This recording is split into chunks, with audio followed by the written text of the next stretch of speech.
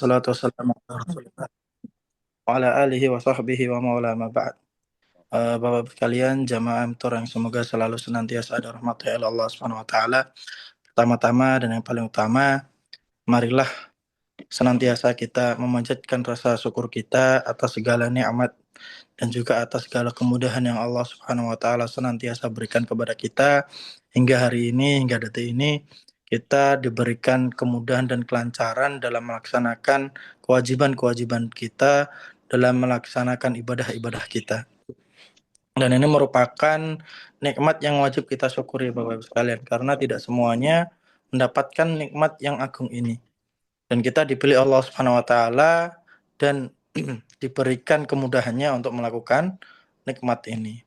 Salam serta salam semoga selalu senantiasa tercurahkan kepada Nabi Allah Muhammad Shallallahu Alaihi Wasallam. Belilah suri teladan kita, pedoman hidup kita, baik masalah duniawi maupun masalah ukhrawi. Bapak Ibu sekalian yang dirahmati oleh Allah Subhanahu Wa Taala, sebelum kita lebih jauh, saya ingin memperkenalkan diri terlebih dahulu. Saya Abdullah, saat ini bermukim di Madinah, yang mana dulu saya alumni dari Universitas Islam Madinah. Jadi udah lulus Bapak Ibu, bukan mahasiswa lagi, tetapi udah lulus.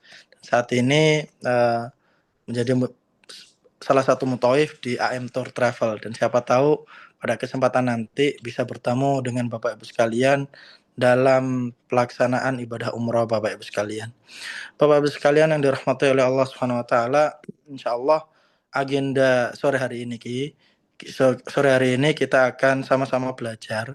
Kita akan sama-sama membahas tentang fikih-fikih ibadah umrah. Dan perlu diperhatikan bahwa manasik kali ini merupakan manasik pertama kita. Jadi insya Allah Bapak Ibu sekalian akan ada manasik yang kedua ketika nanti Bapak Ibu sekalian ke Madinah terlebih dahulu. Sebelum ke Mekah nanti akan diadakan pemantapan lagi. Jadi nggak usah khawatir nanti kurang maksimal dan sebagainya. Nanti akan ada pengulangan. Jadi ini merupakan muqaddimah atau pembukaan buat Bapak Ibu sekalian. Mungkin sebagian di antara kita belum pernah umroh sama sekali, ataupun sebagian udah pernah umroh, maka ini merupakan wadah pengulangan atau murojaah, agar nanti Bapak Ibu sekalian ketika pelaksanaan ibadah umroh itu lebih marem, lebih mantap karena udah punya bekalnya. Sebagaimana dikatakan Imam Syafi'i rahimahullah ta'ala, al-ilmu qabla al-qawli wal amal. Jadi berilmulah terlebih dahulu sebelum kita berucap dan beramal, terlebih lagi terkait masalah ibadah. Karena apa? Karena semua ibadah itu Bapak Ibu sekalian itu ada tata caranya, itu ada aturannya. Itu bahkan disebutkan bahwasanya syarat diterimanya ibadah itu ada dua. Jadi syarat diterimanya ibadah itu ada dua. Yang pertama adalah ikhlas lillahi ta'ala. Jadi syarat diterima ibadah itu yang pertama adalah ikhlas lillahi ta'ala. Dan syarat diterima ibadah yang kedua itu apa? Ittiba'ur Rasul. Sesuai dengan tuntunan Nabi Allah Muhammad Shallallahu Alaihi Wasallam. Itu artinya apa? Wajib bagi kita untuk mencari ilmu terlebih dahulu agar ibadah kita nantinya sesuai dengan apa yang dicontohkan oleh Nabi Allah Muhammad Shallallahu Alaihi Wasallam. Kenapa? Karena sayang nantinya kita udah jauh-jauh ke tanah suci, kita sudah jauh-jauh meluangkan waktu, udah meluangkan biaya dan sebagainya, tapi ibadah kita nggak sesuai dengan tuntunan Nabi Muhammad Shallallahu Alaihi Wasallam. Nanti bisa-bisa ibadah kita malah tidak diterima. Lah, pada kesempatan kali ini merupakan salah satu wadah kita untuk membekali Bapak Ibu sekalian agar ibadahnya nanti lebih maksimal. Bapak Ibu sekalian dirahmati oleh Allah Subhanahu wa taala, insya Allah pada kesempatan yang singkat ini semoga banyak faedah yang bisa kita ambil terkait materi-materi dan juga pembahasan-pembahasan masalah ibadah umroh. Jadi nanti kita akan membahas terkait fikih-fikih umroh dan beberapa permasalahan-permasalahan yang berkaitan dengan ibadah umroh. Kita langsung masuk ke materi Bapak sekalian terkait ibadah umroh. Bapak sekalian, ibadah umroh merupakan ibadah yang dianjurkan oleh Allah Subhanahu wa taala baik di dalam Al-Qur'an maupun di dalam As-Sunnah. Sebagaimana disebutkan dalam surat Al-Baqarah, wa atimul hajja wal umrata lillah, dan sempurnakanlah ibadah haji dan umrah karena Allah Subhanahu wa taala. Ayat ini Bapak Ibu sekalian yang menjadikan dalil atau yang jadikan dasar bahwasanya disyariatkan ibadah umroh. Bahkan Imam Syafi'i dan juga Imam Ahmad mengambil ayat ini sebagai dalil atau sebagai dasar bahwasanya ibadah umroh itu wajib sekali seumur hidup bagi yang mampu. Jadi Imam Ahmad juga Imam Syafi'i berpendapat bahwasanya ibadah umroh itu wajib sekali seumur hidup bagi yang mampu berdasarkan ayat ini. Kenapa demikian? Karena pada ayat ini bisa Bapak Ibu sekalian perhatikan. Wa'atimul hajja wal umroh. Antara kata haji dan umroh itu ada kata waw, yaitu kata sambung dan.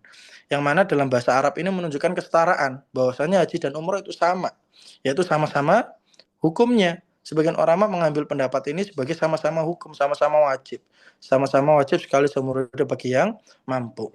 Lantas bagaimana seseorang yang sudah pernah haji, seseorang yang sudah pernah umroh, kemudian melakukan umroh lagi, melakukan haji lagi, maka haji dia dan umroh dia setelah yang pertama itu adalah sunnah, Bapak Ibu sekalian.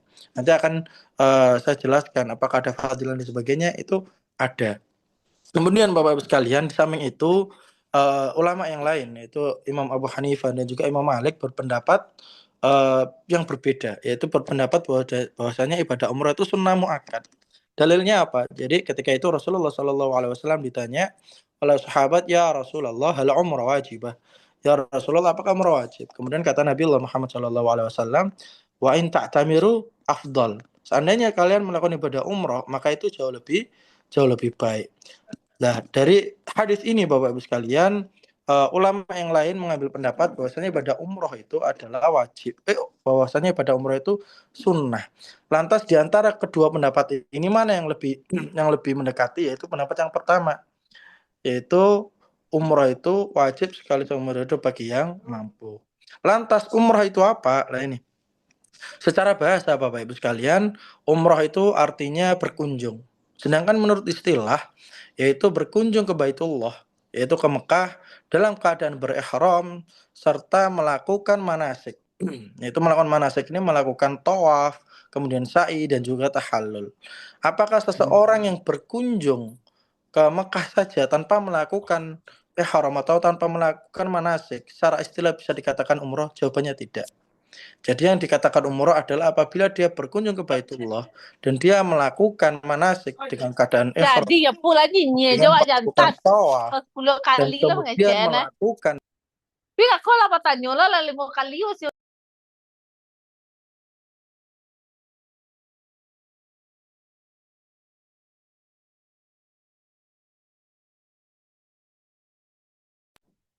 maka berkunjungnya itu bisa dikatakan umroh. Tapi apabila tidak melakukan ihram, tidak melakukan tawaf, tidak melakukan sa'i, tidak melakukan tahallul, maka berkunjungnya ke Baitullah tidak bisa dikatakan umroh. Oleh karena hampir seluruh rukun haji dilaksanakan kecuali wukuf di Arafah, maka umroh juga disebut dengan haji kecil. Ini yang menjadi dasar bahwasanya sebagian ulama mengatakan ibadah umroh itu merupakan ibadah haji kecil. Kemudian apakah ada keutamaan atau fadilah-fadilah daripada umroh? Banyak sekali Bapak Ibu sekalian. Salah satunya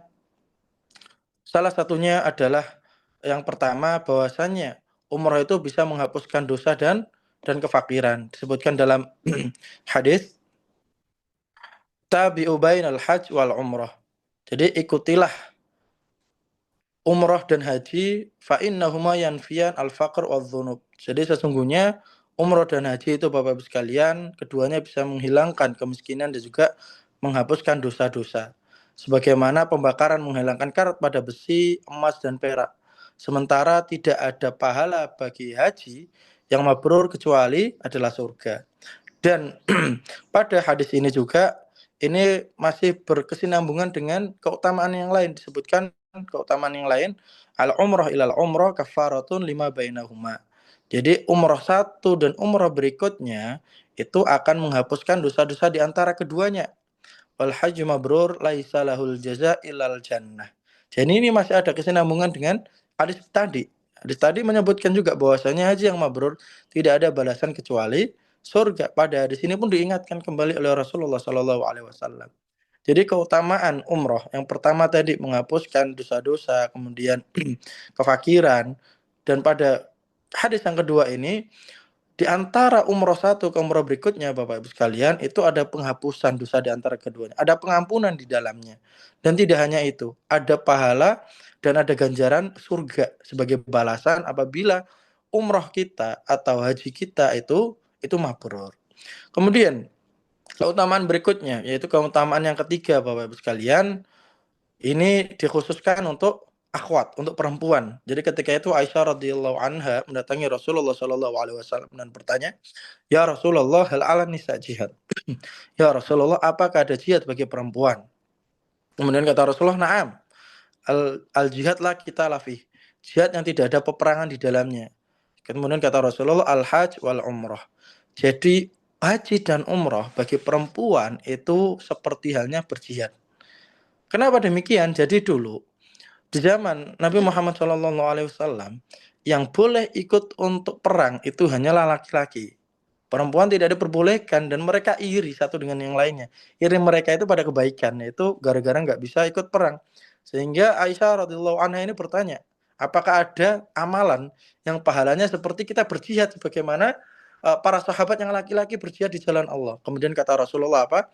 Pahala haji dan umroh bagi perempuan itu setara dengan pahala jihad. Lah ini luar biasa.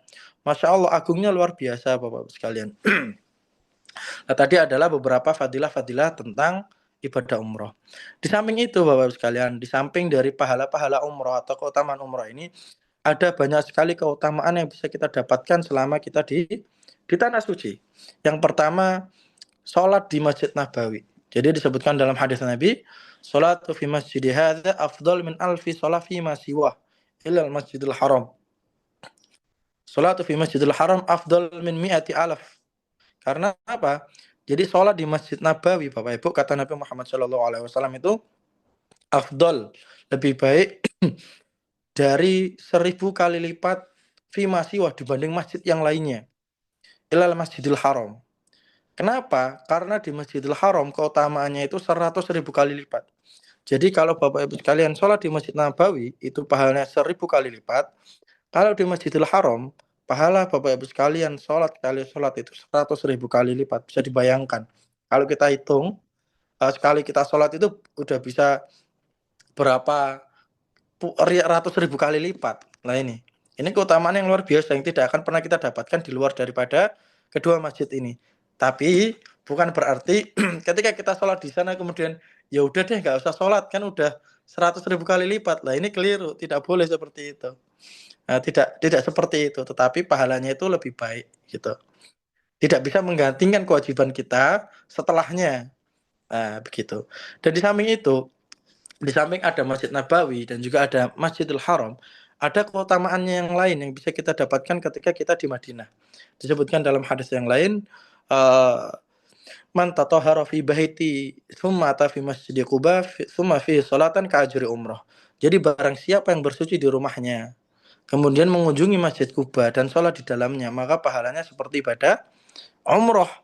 Lah ini, kira-kira kita sholat di Masjid Istiqlal bahkan dapat pahala seperti itu enggak Ibu? Enggak bakal. Jadi pahala sholat kita di Masjid Quba itu seperti dengan hanya ibadah umroh. Dan ini tidak akan pernah kita bisa dapatkan di masjid yang lain. Entah di Masjid Hagia Sophia dan sebagainya, tidak ada. Ini hanya bisa didapatkan keutamaan ini ketika kita wudhu dulu di hotel, kemudian nanti ketika di Masjid Kuba kita sholat 2 rakaat atau sholat apapun itu, maka kita akan mendapatkan pahala seperti halnya berumroh. Nah, seperti itu Bapak Ibu sekalian. Kemudian masih banyak lagi keutamaan-keutamaan yang berada di masjid di sana, atau keutamaan berada di kota Madinah. Kemudian salah satunya keutamaan di kota Madinah ketika kita meninggal disebutkan dalam hadis, man istata'a minkum an yamuta fil Madinah falyaf'al. Jadi barang siapa yang mampu untuk meninggal di kota Madinah falyaf'al, maka lakukanlah. Fa inni asyfa'u liman mata fi. Sesungguhnya saya akan memberikan syafaat bagi siapa saja yang meninggal di kota Madinah. Jadi ini adalah salah satu keutamaan seseorang yang meninggal di kota Madinah akan mendapatkan syafaat dari Nabi Muhammad Shallallahu Alaihi Wasallam. Kemudian Bapak-Bapak sekalian, tadi adalah keutamaan-keutamaan dan juga fadilah-fadilah yang bisa kita dapatkan. Berikutnya yaitu terkait persiapan sebelum kita berangkat. Jadi ada beberapa hal Bapak Ibu sekalian yang perlu kita persiapkan, baik masalah rohani maupun baik masalah di dalam diri hati kita maupun masalah fisik. Ini perlu kita siapkan. Yang pertama itu mantapkan niat kita. Tajdidun niyah. Terkait masalah niat ini sangat penting Bapak Ibu sekalian. Memperbarui niat kita.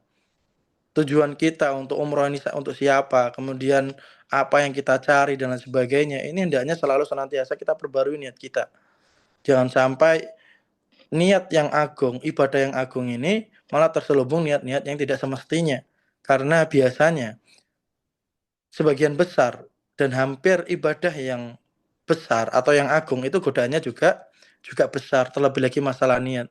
Oleh karena itu Bapak Ibu sekalian, hendaknya selalu senantiasa kita memperbarui niat kita, meluruskan niat kita, memantapkan niat kita agar niat kita dan tujuan kita hanya semata-mata untuk Allah Subhanahu wa taala. Dan yang kedua itu memperkuat keimanan kita. Jadi iman kita Bapak Ibu sekalian, iman seseorang muslim itu yazid wa yankus. Naik dan turun. Yazidu bitta'ah, naiknya karena apa? Ketaatan. Wa yankusu bil ma'siyah, dan turunnya iman seseorang itu karena kemaksiatan. Oleh karena itu masih ada waktu Bapak Ibu sekalian, cara terbaik untuk memperkuat atau meningkatkan keimanan kita yaitu dengan ketaatan. Diperbanyak ibadah kita. Kita mulai dari saat ini untuk menyicil ibadah kita. Kemudian kita mulai dari saat ini kita kuatkan sholat kita, kemudian dan lain sebagainya. Ini sebagai persiapan kita sebelum nanti kita di tanah suci. Agar nantinya apa? Agar nantinya ketika kita sampai di tanah suci, kita bisa melakukan itu, mendawamkan ibadah-ibadah itu, atau mengkontinyukan ibadah-ibadah itu selama di tanah suci, seperti itu. Kemudian berikutnya adalah memohon maaf atas semua kesalahan, yaitu kita merefleksikan diri kita, memohon maaf kepada Allah Subhanahu wa taala atas segala kesalahan-kesalahan kita. Kemudian berikutnya adalah mengisi hati dengan kesabaran. Kenapa Bapak-Ibu sekalian? Nantinya Bapak-Ibu sekalian selama di tanah suci ini itu sangat-sangat diuji kesabaran kita. Baik setiap mau ke masjid, kemudian ketika tawaf, sa'i, dan lain sebagainya. Kesabaran kita diuji. Dari situlah akan kelihatan kita. Dari situ akan kelihatan kita bagaimana nantinya ketika Allah Subhanahu wa taala menguji dengan itu. Kita mampu nggak bisa bersabar. Terlebih lagi ini di tanah suci. Jangan sampai nanti malah ketika kita di tanah suci keluar kata-kata yang tidak semestinya. Gitu. Kemudian berikutnya adalah yang kelima adalah rutin berolahraga. Karena ibadah umroh Bapak Ibu sekalian sejatinya bukan hanya ibadah ukhrawi saja, tetapi ibadah jasmani juga. Butuh tenaga yang ekstra. Kita tawaf saja Bapak Ibu sekalian, itu kurang lebih 1 jam. Belum lagi sa'i yang kurang lebih 3 kiloan kalau dihitung semuanya. Oleh karena itu Bapak Ibu sekalian, mulai dari sekarang bisa dipersiapkan. Seperti mulai sekarang olahraga dikit-dikit, jalan kaki dan sebagainya, agar nantinya ketika pas Bapak Ibu sekalian tawaf, agar ketika nanti pas sa'i itu udah terbiasa kakinya, agar tidak mengganggu ibadah Bapak Ibu sekalian. Ketika pas tawaf nanti biar bisa khusyuk doanya, ketika pas sa'i biar khusyuk sa'inya gitu. Takutnya nanti ketika Bapak Ibu sekalian nggak biasa jalan kaki gitu kan, tiba-tiba di sana jalan kaki yang lumayan lama, nanti malah ibadah Bapak Ibu sekalian tidak maksimal. Kemudian berikutnya Bapak Ibu sekalian adalah syarat wajib umroh. Nah, ini berikut adalah beberapa syarat wajib umroh. Apabila syarat ini tidak terpenuhi, maka tidak ada kewajiban bagi seseorang untuk melakukan ibadah umroh. Yang pertama adalah Islam. Tidak wajib bagi seseorang non-muslim untuk melakukan ibadah umroh. Kemudian yang kedua balik. Bagaimana hukum seseorang yang belum balik? Maka umroh bagi dia adalah tidak wajib, tapi sunnah. Semisal anak kecil anak kecil yang masih belum balik kita ajak umroh, maka bagi dia adalah umrohnya itu adalah umroh sunnah, gitu. Karena apa? Karena masih belum ada kewajiban atau takalif atau taklif bagi dia untuk melakukan ibadah umroh. Bagi anak ini akan menjadi wajib umrohnya apabila anak ini sampai pada usia balik atau pada balik itu sendiri. Kemudian syarat yang ketiga adalah berakal. Seseorang yang tidak berakal, gila dan sebagainya, maka tidak wajib bagi dia untuk umroh. Kemudian merdeka. Insya Allah saat ini merdeka, berbeda dengan dulu. Dulu ada budak, Bapak Ibu sekalian. Nah, budak ini tidak wajib bagi dia untuk umroh.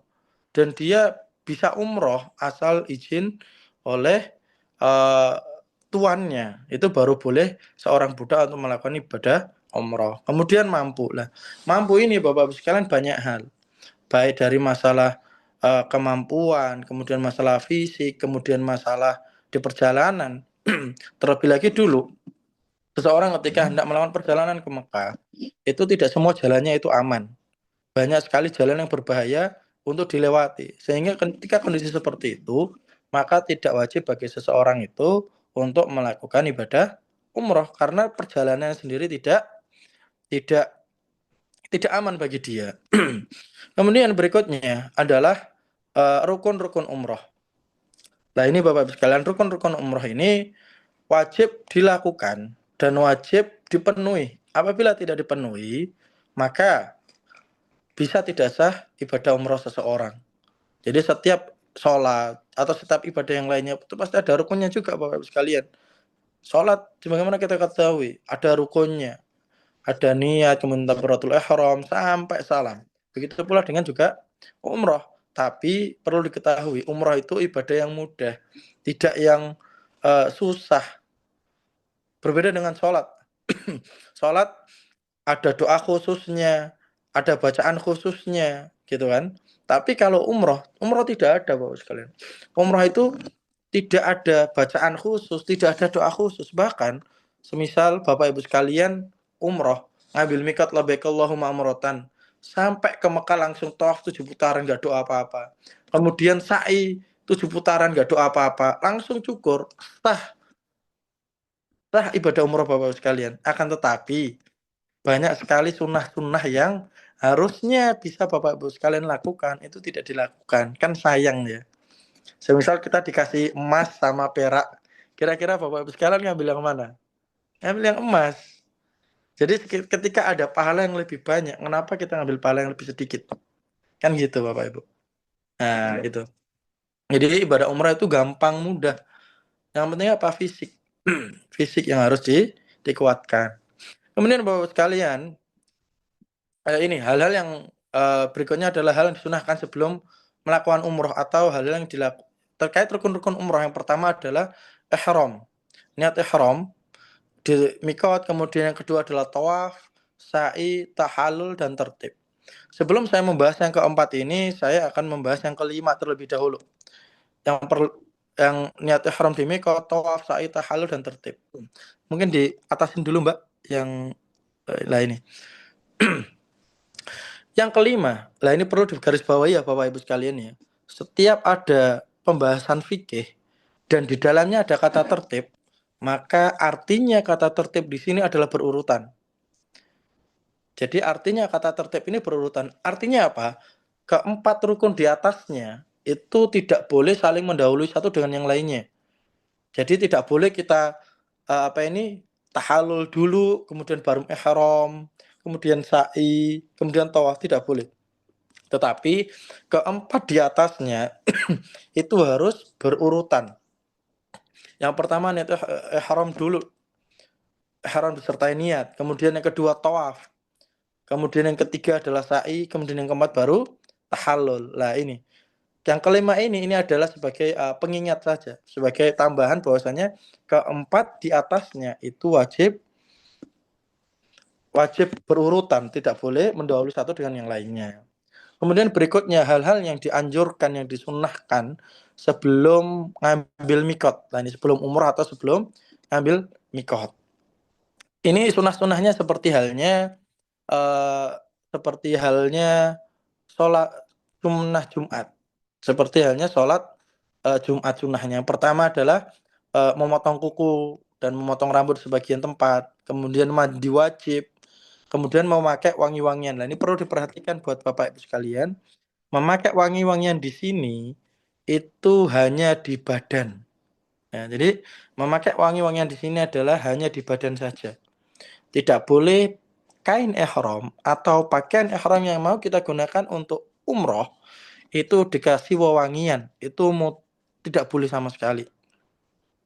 Kemudian berikutnya adalah sholat sunnah ihram 2 rakaat. Nah ini terkait sholat sunnah ihram 2 rakaat ini memang ada khilaf. Ada sebagian yang berpendapat tidak ada sholat sunnah ihram. Tapi kalau mau melakukan monggo nggak ada masalah.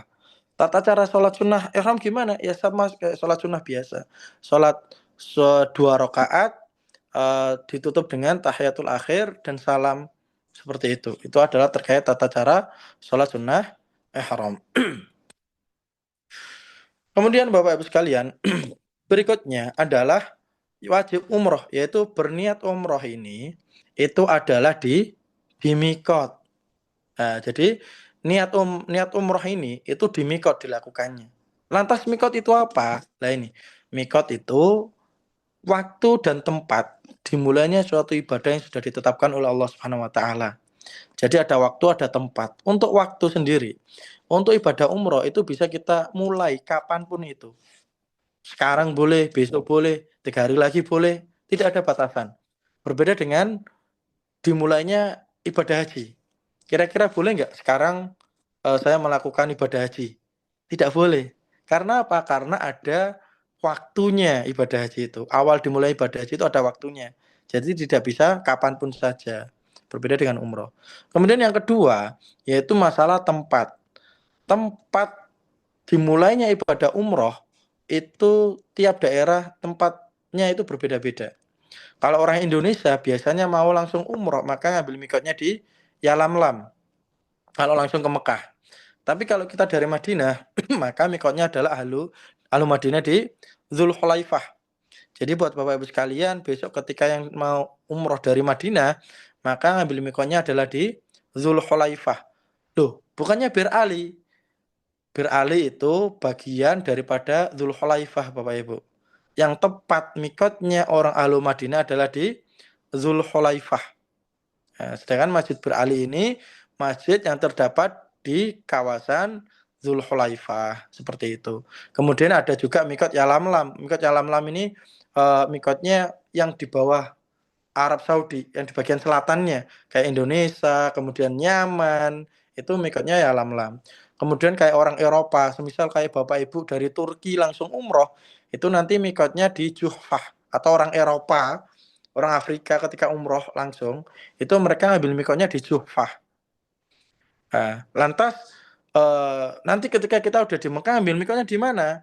Nah ini kalau di Mekah itu harus dilihat dari 2 sisi. Pertama, kondisi kita tempatnya di mana.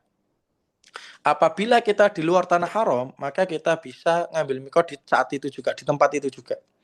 Tetapi apabila kondisi kita di dalam tanah haram, maka wajib kita untuk keluar dari tanah haram itu untuk ambil mikot. Dan ini ada banyak tempat.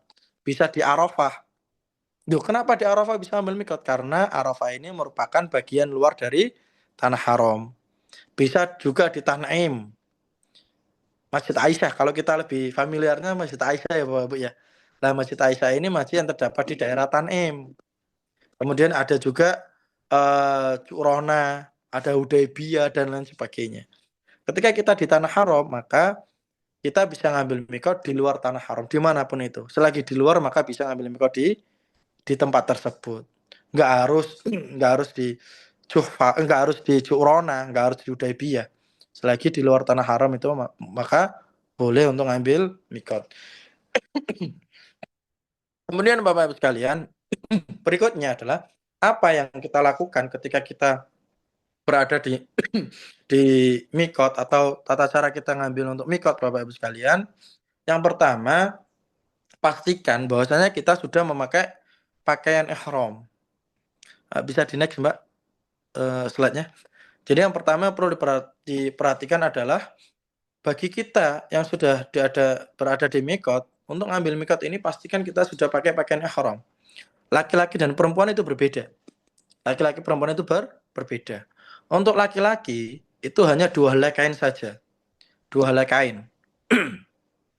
Kemudian yang perempuan adalah pakaian yang menutup aurat dan tidak ketat. Boleh warna putih, boleh warna hitam, boleh warna biru, boleh warna coklat, tidak ada masalah.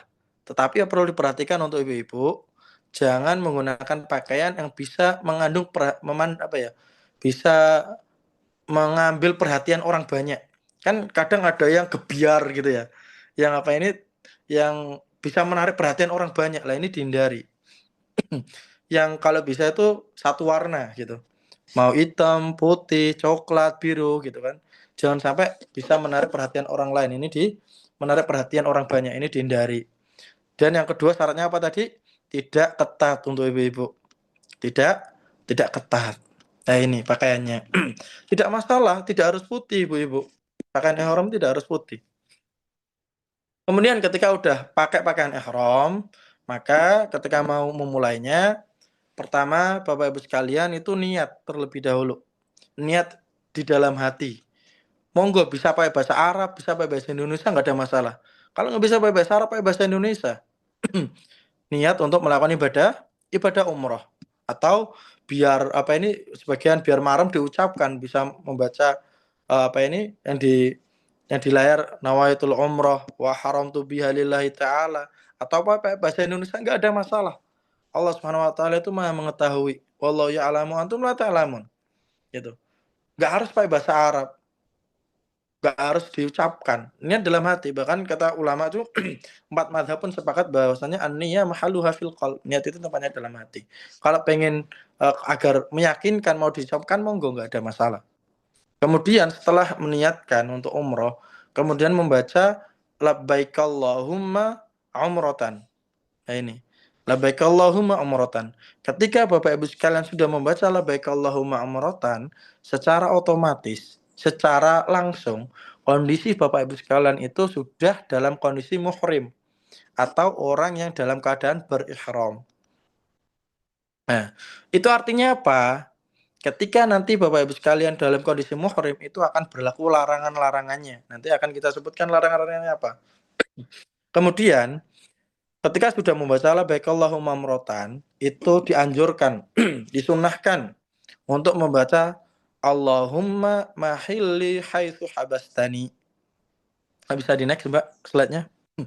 Nah, kita dianjurkan Bapak Ibu sekalian untuk membaca ini Allahumma mahilli haitsu habastani. Ya Allah, tempat tahallul di mana saja engkau menahanku. Maksudnya apa Bapak Ibu sekalian? Jadi ketika kita di awal ketika kita ngambil mikot membaca doa ini Allahumma mahillu haitsu habastani, qadarullah. Semisal di tengah-tengah perjalanan, di tengah-tengah umroh kita mendapati suatu kondisi yang tidak memungkinkan kita untuk melanjutkan, maka di tempat itu juga, saat itu juga kita bisa tahallul tanpa menyelesaikannya. Dan saat itu juga kita sudah beres umrohnya. Dan udah dihitung sebagai ibadah umroh. Ini adalah merupakan salah satu kemudahan yang Allah Subhanahu wa taala berikan. Jadi semisal ada ibu-ibu kemudian qadarullah ketika pas tawaf kakinya keseleo.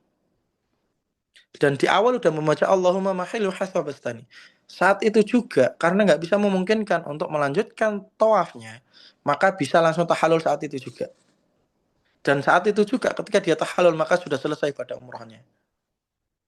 Nah, nanti biasanya mutawif akan membimbing Bapak Ibu sekalian untuk membaca ini juga.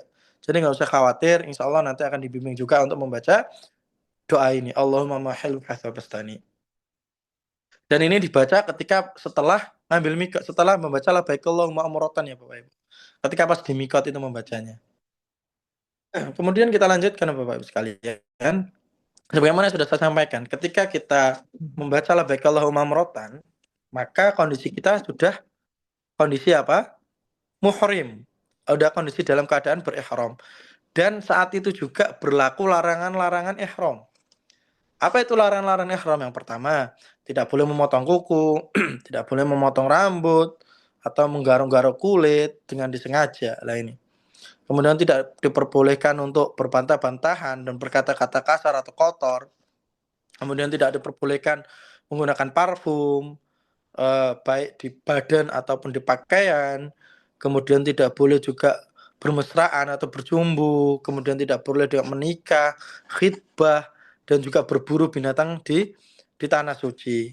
Kemudian tidak boleh juga untuk memakai, kalau bisa make up dihindari ya Bapak Ibu sekalian ya. Kemudian bagi laki-laki sudah tidak boleh untuk memakai pakaian yang berjahit. Jadi bagi laki-laki itu ketika sudah dalam kondisi ihram tidak boleh memakai pakaian yang berjahit ataupun membentuk pakaian yang membentuk lekukan tubuh atau membentuk badan, ini sudah tidak boleh. Karena apa?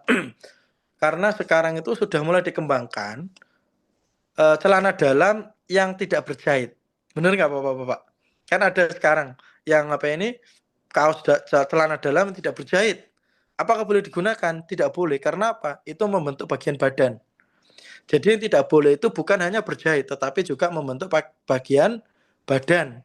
Ini yang tidak diperbolehkan untuk laki-laki. Jadi cukup 2 helai kain saja. Kemudian bagi laki-laki juga tidak boleh memakai penutup kepala. Jadi ketika sudah mengucapkan labbaik Allahumma umrah, tidak boleh pakai peci, tidak boleh pakai songkok, tidak boleh memakai topi, itu sudah tidak boleh. Kemudian tidak boleh untuk laki-laki juga untuk memakai alas kaki yang menutup mata kaki. Jadi untuk laki-laki tidak boleh, ketika sudah labbaik Allahumma umrah, tidak boleh memakai alas kaki yang menutup mata kaki, entah itu kaos kaki atau sepatu yang menutup mata kaki, itu juga sudah tidak boleh. Kemudian untuk yang perempuan ketika sudah dalam kondisi ihram tidak boleh memakai cadar. Nah, perempuan tidak boleh memakai cadar dan tidak boleh memakai kaos tangan. Kaos tangan. Kalau kaos kaki gimana? Malah dianjurkan untuk perempuan. Tapi untuk laki-laki tidak diperbolehkan. Dan beberapa hal yang masih dibolehkan yaitu pakai cincin, pakai sendal, jam tangan, headset, kacamata, sabuk, kemudian mandi, tidur, nggak ada masalah. Ini masih dibolehkan. Mau pakai kacamata, nggak ada masalah. Tidur, pakai selimut pun nggak ada masalah. Yang penting bagi yang laki-laki, semisal sampai hotel mau tidur, kepalanya jangan diberungkusi ya. Nah, kepalanya diberungkusi. Kemudian ini juga yang seringnya. Kan kita laki-laki biasanya kalau habis wudhu, kepalanya kan basah, kemudian dikerubungi pakai handuk. Lah ini dihindari ya Bapak-bapak. Jadi ketika udah dalam kondisi ihram, ketika wudhu ya udah biarkan basah, nggak apa-apa, nggak usah diberungkusi pakai handuk untuk ngeringkan, tidak usah. Itu biarkan basah. Seperti itu. Tadi adalah larangan-larangan ihram. Ada apa ini? Ada beberapa yang ketika kita melakukan dengan sengaja kita bayar dam, yaitu menyembelih. Tetapi ada beberapa yang tidak. Contohnya yang tidak adalah kita berjidal. Jadi ketika kita dalam kondisi ihram itu kita tidak boleh fala rafasa wala fusuqa wala jidala fil hajj. Jadi ketika dalam kondisi ihram tidak boleh berkata rafas, berkata jorok. Kemudian fusuk, berbuat fasik, dolim. Kemudian jidal, berdebat. Ini tidak membayar dam, tetapi mengurangi pahala umrah Bapak Ibu sekalian gitu. Tetapi sebagian yang lain itu seperti memotong kuku dengan sengaja, memakai wangan dengan sengaja, itu ada kafarah, ada bayar damnya di dalamnya gitu. Kemudian berikutnya adalah Bapak Ibu sekalian, di tengah perjalanan kita setelah dari ngambil mikot gitu kan, setelah ngambil mikot sampai sebelum kita melakukan tawaf, itu kita disunahkan untuk memperbanyak bacaan talbiyah ini. Labbaik Allahumma labbaik, labbaik la syarika laka labbaik, innal hamdah wan ni'matah laka wal mulk la syarika lak.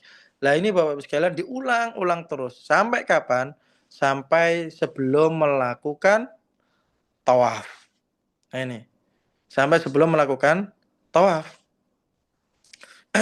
Apakah boleh kita tidur? Boleh, nggak ada masalah.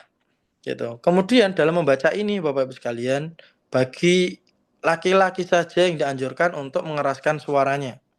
Bagi yang perempuan itu melankan suaranya. Bahkan sebagian yang berpendapat hanya dia saja dan orang sampingnya saja yang mendengarkan. Seperti itu. Bagi yang perempuan. Karena apa? Suara perempuan itu aurat, harus dijaga. Makanya agama Islam ini Masya Allah ya, dalam menjaga harga diri wanita, menjaga martabat perempuan itu, Masya Allah, sampai hal terkecil ini pun masih diperhatikan. Bayangkan Bapak sekalian.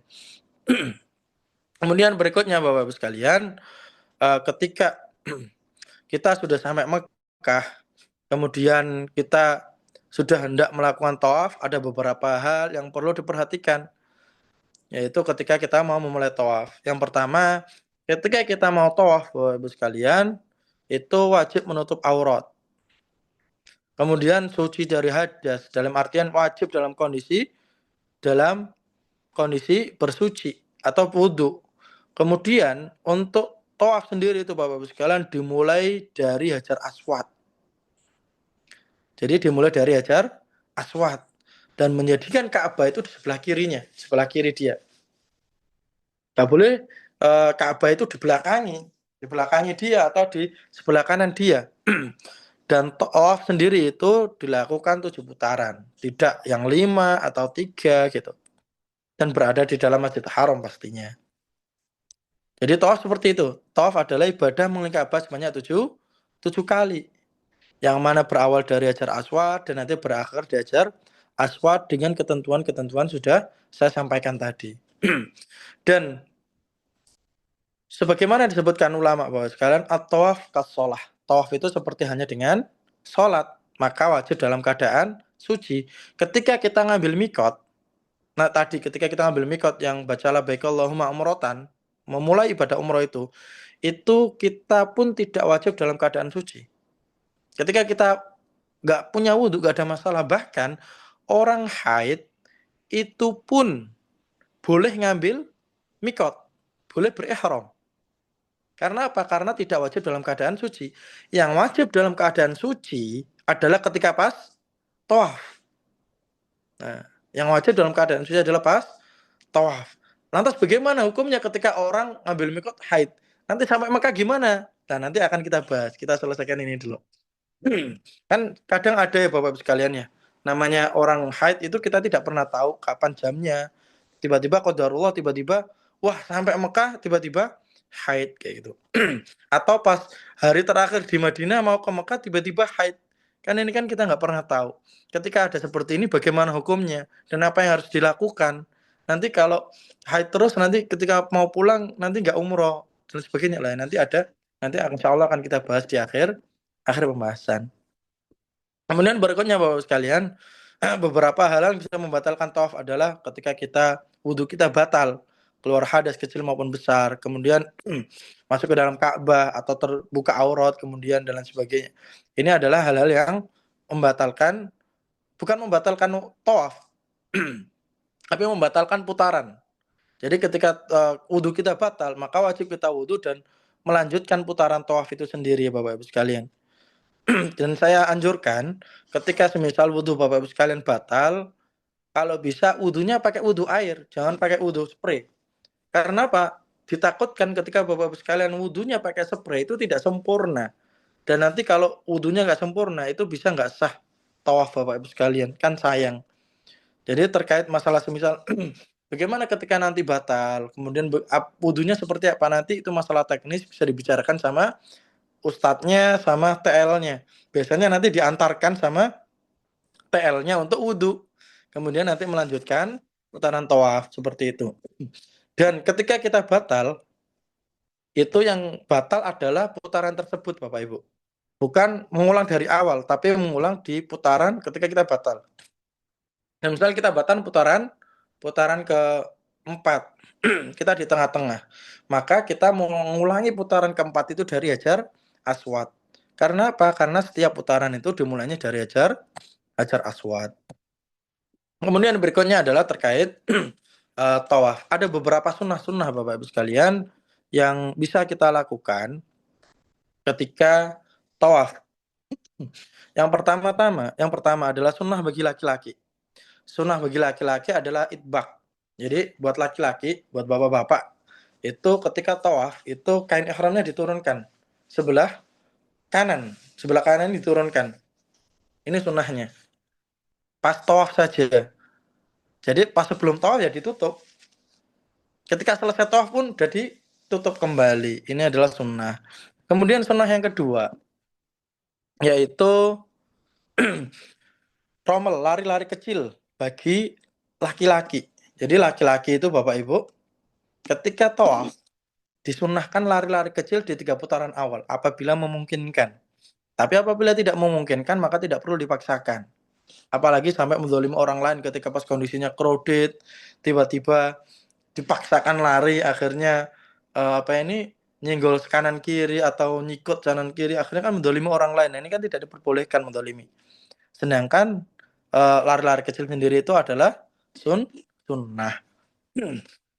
Kemudian berikutnya Bapak Ibu sekalian, ketika kita mau melakukan tawaf masuk masjid, diperhatikan juga adab-adabnya, masuk pakai kaki kanan, kemudian membaca doa Allah maftah li abwaaba rahmatik. Kemudian ketika kita memulai tawaf lah ini, disunahkan untuk memulai tawaf yang apabila memungkinkan ya Bapak Ibu ya. Apabila memungkinkan mencium Hajar Aswad. Sembari membaca bismillah ya Allahu akbar di setiap putaran apabila memungkinkan. Tapi apabila tidak memungkinkan, maka cukup dengan memberikan isyarat tangan kita ke atas mengarah ke Hajar Aswad sambil membaca bismillah ya Allahu akbar. Itu tidak perlu dikecup kayak gitu. Apalagi berkali-kali bismillah akbar gini berkali-kali, ini tidak perlu. Cukup bismillah ya Allahu akbar itu cukup Bapak Ibu. Gitu. Tidak perlu dicium. Yang kita dianjurkan mencium itu mencium Hajar Aswad apabila mampu. Apabila tidak memungkinkan ya tidak perlu dikecup gini, cukup bismillah Allahu akbar. Gitu. Itu ketika pas putaran awal. Kemudian sunnah yang berikutnya apabila memungkinkan adalah memegang rukun yamani. Apabila kita di rukun yamani, apabila memungkinkan, maksudnya kondisinya nggak desek-desekan, kemudian kondisinya lenggang dan kita bisa disunahkan untuk menyentuh, memegang rukun yamani. Dan tidak disunahkan untuk membaca bismillah, Allahu akbar dan sebagainya, tidak ada. Apabila tidak memungkinkan, maka tidak perlu juga memberikan isyarat. Jadi di rukun yamani kalau tidak bisa memegang, tidak perlu bismillah, Allahu akbar, tidak perlu. Yang bismillah, Allahu akbar dengan isyarat itu adalah di Hajar Aswad. Seperti itu Bapak Ibu.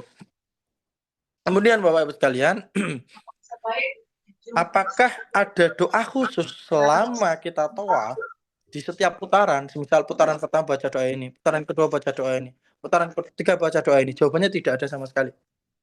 Jadi nggak ada satupun hadis yang meriwayatkan bahwasanya Rasulullah Shallallahu Alaihi Wasallam ketika putaran pertama baca doa ini, putaran kedua baca doa ini, putaran ketiga baca doa ini, tidak ada sama sekali.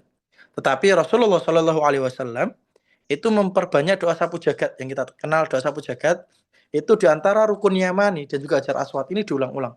Rabbana atina fid dunya hasanah wa fil akhirati hasanah wa qina adzabannar. Diulang-ulang terus. Kok udah beres diulang lagi sampai apa? Sampai bismillah Allahu akbar. Jadi setiap memulai putaran lagi. Kayak gitu. Lantas selain itu baca apa? Baca doa terserah. Bisa doa masing-masing, bisa doa untuk diri Bapak Ibu masing-masing, doa untuk keluarga, untuk sanak saudara dan sebagainya gitu. Karena mungkin tidak ada doa khusus gitu. Dan salah satu kesalahan yang sering kita ini adalah doa sambil teriak-teriak Bapak Ibu sekalian. Ini kan mendolimi orang lain, apalagi di Ka'bah. Orang lain pada ibadah semua, kita teriak-teriak gitu kan. Mengganggu orang lain. Bahkan dulu Bapak Ibu sekalian, ketika Rasulullah Shallallahu Alaihi Wasallam bersama sahabat ketika hendak berdagang ke negara Syam, itu Rasulullah pernah menegur sahabatnya. Ketika ada yang berdoa sambil mengangkat suaranya, ya ayuhan nas, annakum laisa tad'una asuma la ghaiban. Wahai manusia, sesungguhnya kalian itu tidak berdoa kepada Rabb yang tuli wa ghaiban dan yang ghaib, walakin tad'una sami'an wa qurban. Akan tetapi kalian itu berdoa kepada Rabb yang maha dekat, yang mendengar, sami'an wa qurban. Yang maha mendengar juga dekat. Bahkan disebutkan di dalam surat Al-Baqarah, wa idza sa'alaka ibadi fa inni qarib ujibu da'wah. Nah, jadi ketika itu disebutkan di Al-Qur'an apa? Wahai Muhammad, apabila ada hambaku yang bertanya di mana aku, sesungguhnya aku sangat dekat. Nah ini Bapak-Bapak sekalian, jadi tidak perlu doa teriak-teriak. Jadi doa itu juga ada fikihnya. Nggak bisa kita asal dan lain sebagainya gitu. Agar apa? Agar doa kita ada kemungkinan keijabahannya itu jauh lebih besar. Seperti itu. Kemudian Bapak-Ibu sekalian, apakah boleh doa pakai bahasa Indonesia? Boleh. Jadi kita berdoa itu boleh pakai bahasa Indonesia kapanpun dimanapun itu kecuali sholat. Kalau sholat kita baru tidak boleh doa pakai bahasa Indonesia, bisa nggak sah sholat kita. Seperti itu. Kemudian Bapak sekalian ketika udah selesai 7 putaran, maka yang kita lakukan adalah menuju belakang makam Ibrahim apabila ada atau tempat yang lain untuk melakukan sholat sunnah tawaf. Dan ketika itu laki-laki ketika udah selesai 7 putaran menutup kembali kain ihramnya yang dibuka tadi sembari menuju tempat sholat dan membaca wattakhidhu mim maqami Ibrahim musalla. Ini dibaca. Dan sholat sunnah 2 rakaat ini adalah sholat sunnah tawaf. Yang mana dianjurkan disunahkan rakaat pertama membaca surat Al-Kafirun dan rakaat yang kedua adalah membaca surat Al-Ikhlas. Apakah boleh baca yang lain? Boleh, tidak ada masalah. Bapak-Ibu sekalian, saya izin bentar ya. Ini baterainya agak habis.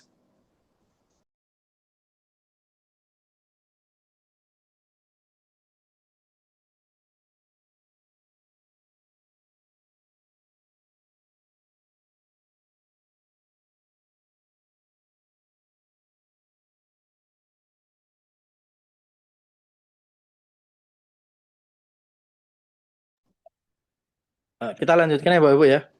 Jadi Bapak-Ibu sekalian, sholat sunnah tawaf itu rakaat pertama adalah membaca surat Al-Kafirun dan yang kedua adalah Al-Ikhlas. Boleh membaca yang lainnya nggak ada masalah, tetapi yang dianjurkan dua ini Bapak-Ibu. Yang dianjurkan adalah dua surat ini.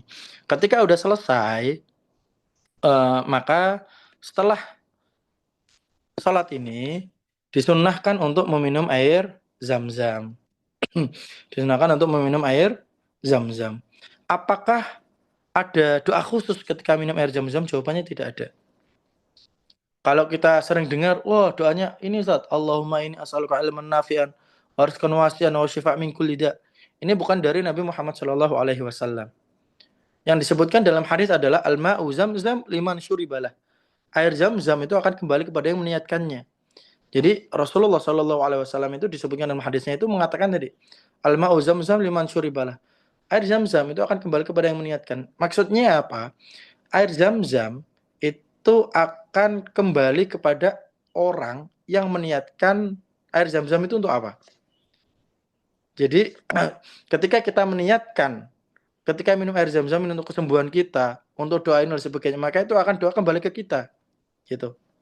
Jadi maka sebagian ulama pun mengatakan salah satu waktu mustajab adalah ketika kita minum air zam-zam.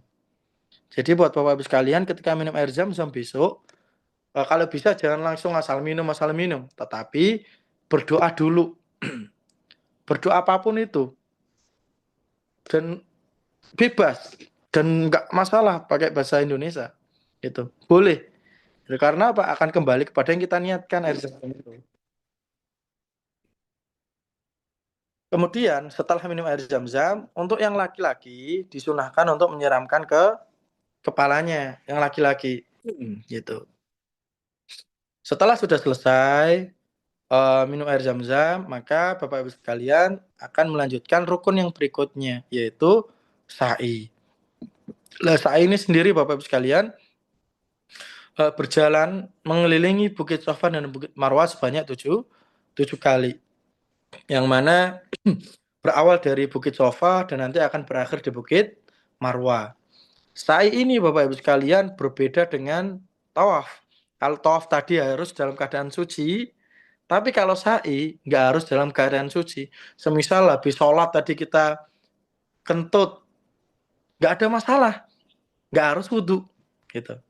Nggak harus wudhu, bisa langsung melakukan sa'i. Itu. Dan kira-kira kurang lebih jaraknya 3,5 kilometer. Kemudian saya tanya ke Bapak Ibu, kira-kira semisal nih, selesai tawaf 7 putaran,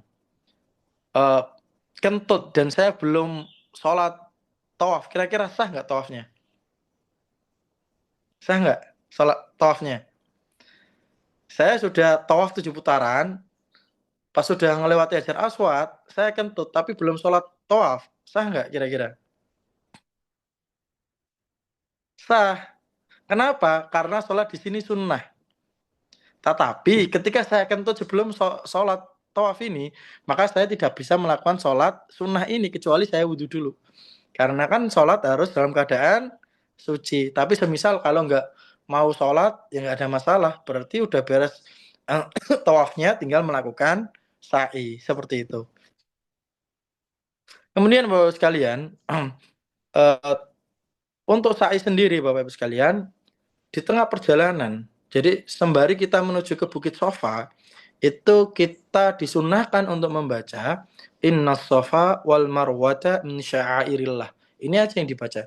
Sembari dilanjutkan nabda'u bima bada Allahu bih. Biasanya mutawif nanti akan membimbing Bapak sekalian untuk membaca ini. Nah, ini dibacanya ketika mau menuju ke Bukit Sofa setelah tawaf ya Bapak Ibu ya. Jadi tidak dibaca setiap putaran, tidak dibaca setiap naik ke sofa, tidak dibaca setiap naik ke marwah, tidak. Tapi doain inna sofa wal marwata min syairillah dibaca sekali ketika hendak mendekati bukit sofa ketika mau pas sa'i.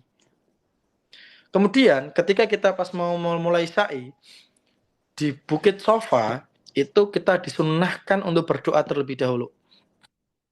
Dan ini disunahkan ketika kita berdoa itu menghadap arah kiblat. Kita menghadap Ka'bah arah kiblat sembari mengangkat tangan. Sembari mengangkat tangan sambil berdoa, Allahu Akbar, Allahu Akbar, Allahu Akbar. La ilaha illallah wahdahu la syarikalah. Lahul mulku wa lahul hamdu yuhyi wa yumiitu wa huwa ala kulli syai'in qadir. La ilaha illallah wahdah anjaza wa'dah wa nasara 'abdah wa hazamal ahzaba wahdah. Doa ini dibaca sebanyak 3 kali Bapak Ibu sekalian. Dan di sela-sela doa ini atau ketika di sini ini Bapak Ibu sekalian disunahkan untuk membaca doa hajat masing-masing. Karena apa? Safa dan Marwah adalah salah satu tempat yang mustajab. Jadi jangan ditinggalkan begitu saja. Sayang kalau Bapak Ibu sekalian di Safa di Marwah nggak berdoa di situ karena itu tempat mustajab. Kalau bisa berhenti dulu berdoa terlebih dahulu karena itu tempat mustajab. Itu. Kemudian Bapak Ibu sekalian, ketika sudah doa 3 kali dan doa hajat dan lain sebagainya, maka Bapak Ibu sekalian melakukan perjalanan dari Safa ke Marwah. Di Marwah pun demikian. Di Marwah doa yang sama. Jadi menghadap ke arah Ka'bah, mengangkat tangan, bukan mengangkat tangan gini ya Bapak Ibu sekalian ya, tapi mengangkat tangan doa gini sambil membaca Allahu Akbar, Allahu Akbar, Allahu Akbar, la ilaha illallah wahdahu la syarikalah, lahul mulku wa lahul hamdu yuhyi wa yumiitu wa huwa ala kulli syai'in qadir. La ilaha illallah wahdah anjaza wa'dah wa nasara 'abdah wa hazamal ahzaba wahdah. Sebanyak 3 kali. Ketika udah beres, dilanjut doa hajat, kemudian baru melanjutkan putaran ke Bukit Safa lagi. Ini sebanyak 7 kali. Kemudian pertanyaannya, apakah ada doa khusus ketika kita sa'i di tengah-tengah perjalanan? Jawabannya tidak ada. Jawabannya tidak ada. Jadi Bapak-Bapak sekalian bisa doa hajat masing-masing, bisa zikir, bisa membaca Al-Quran, bisa istighfar, bisa sholawat gitu. Kemudian ada salah satu sahabat Abdullah bin Umar radhiyallahu an yang membaca doa Allahumma ighfir warham wa anta a'azul akram. Ini Abdullah bin Umar membaca ini. Mungkin sebagian ada yang lain membaca doa seperti yang di layar. Rabbighfir warham wa'fu wa takarram wa tajawaz amma ta'lam innaka ta'lam ma la na'lam innaka antallahul azizul akram. Bisa membaca ini ataupun doa yang tadi yang lebih simpel yang tadi saya baca yang dibaca oleh Abdullah bin Umar. Allahumma ighfir warham wa anta azizul akram, sama maknanya. Sama. Gitu. Kemudian di Bukit Safa ini, antara Safa Marwah ini ada lampu hijau yang dimana untuk laki-laki itu disunahkan untuk lari-lari kecil. Yang laki-laki saja yang disunahkan lari-lari kecil. Ini untuk meneladani Bunda Siti Hajar dulu ketika lari-lari di situ ketika mencari air untuk putranya Ismail. Dan yang disunahkan lari-lari kecil ini laki-laki saja, tidak untuk perempuan. Perempuan makruh hukumnya. Jadi untuk perempuan tidak boleh untuk lari. Bukan tidak boleh, tidak dianjurkan untuk lari kecil di tempat tersebut, hanya laki-laki saja. Kemudian Bapak Ibu sekalian, ketika kita sa'i, kecapean, monggo bisa istirahat, bisa duduk, mau minum nggak ada masalah. Bahkan kita ketika sa'i mau duduk minum nggak ada masalah, ketika mau ngobrol nggak ada masalah. Pas tawaf ini lebih baik dihindari untuk minum, lebih baik dihindarkan. Kemudian setelah udah selesai Bapak Ibu sekalian, ketika udah selesai sa'i, yaitu rukun yang berikutnya yaitu tahallul. Tahallul ini Bapak Ibu sekalian antara laki-laki dan perempuan itu berbeda. Jadi laki-laki dan perempuan itu berbeda. Untuk yang perempuan, tata cara tahallulnya itu adalah memotong rambut minimal seruas jari panjangnya. Minimal seruas jari dan kemudian minimal 3 helai. Seruas jari dan juga 3 helai. Ini untuk yang perempuan. Untuk yang laki-laki itu ada 2 cara. Cara yang pertama yaitu halq. Halq itu cukur gundul. Kemudian cara yang kedua adalah qasar, memendekkan rambutnya. Mana yang lebih afdol, mana yang lebih baik, yaitu yang cukur gundul Bapak Ibu sekalian, karena Rasulullah Shallallahu Alaihi Wasallam itu mendoakan yang cukur gundul itu sebanyak 3 kali dan mendoakan yang memendekkan rambutnya itu hanya sekali.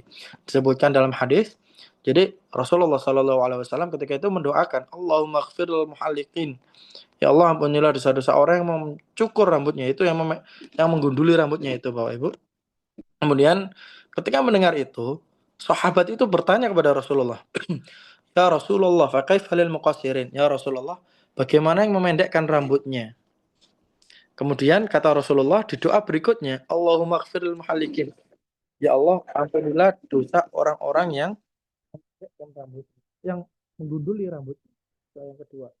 Kemudian sahabat nggak puas. Kalau doa pertama didoakan yang cukur gundul, kemudian doa berikutnya cukur gundul lagi, bertanya lagi sahabat, ya Ustadz, Rasulullah. mohon maaf, suaranya agak hilang. Nah, ya, udah kedengaran, Mbak? Nah, sudah. Jadi ketika Rasulullah sudah mendoakan yang kedua kali, sahabat ini bertanya lagi, ya Rasulullah fakai falil muqassirin. Wahai Rasulullah, bagaimana yang memendekkan rambutnya?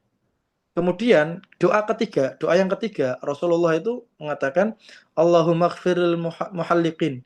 Ya Allah, ampunilah dosa orang-orang yang menggunduli rambutnya. Sahabat kan masih penasaran, kok yang didoakan yang cukur gundul terus? Di doa yang berikutnya, sahabat bertanya lagi, ya Rasulullah fakai falil muqassirin. Dan di doa yang keempat, Rasulullah baru mendoakan Allahumma ighfiril muqassirin. Ya Allah, ampunilah dosa-dosa orang yang memendekkan rambutnya. Jadi perbedaan yang dicukur gundul pelontos atau botak dan juga yang dipendekkan rambutnya itu adalah didoakan Rasulullah sebanyak 3 kali bagi yang gundul dan hanya 1 kali bagi yang dipendekkan rambutnya. Ini kembali ke ke bapak-bapak. Bapak-bapak mau didoakan Rasulullah sebanyak 3 kali atau 1 kali? Kalau pengen didoakan 3 kali itu artinya harus cukur gundul. Kalau cuma pengen didoakan sekali, ya udah berarti pendekkan nggak ada masalah. Kemudian udah selesai, Bapak Ibu sekalian, ya ini harus perhatikan juga adab ketika keluar masjid, keluar pakai kaki kiri, kemudian sembari baca Allahumma ini as'aluka min fadlik. Ketika Bapak Ibu sekalian sudah selesai tahallul, mencukur rambutnya, maka saat itu juga kondisi Bapak Ibu sekalian sudah udah bebas, sudah nggak dalam keadaan muhrim. Itu artinya apa? Itu artinya larangan-larangan tadi yang berlaku, yang harus dijaga itu sudah tidak berlaku. Jadi ketika sudah tahallul, sudah mencukur rambutnya, setelah itu mau apa ini? Mau pakai parfum, yang laki-laki mau pakai sepatu, kaos kaki, mau pakai celana, kemudian apa ini? Yang laki suami istri mau cumbu dan sebagainya, ada masalah, udah bebas. Karena udah tahallul gitu. Kemudian pertanyaannya adalah bagaimana seseorang yang dari sananya gundul pelontos ya? Kan ada ya bapak-bapak ya yang yang gundul pelontos. Ini tahallulnya gimana? Gitu kan?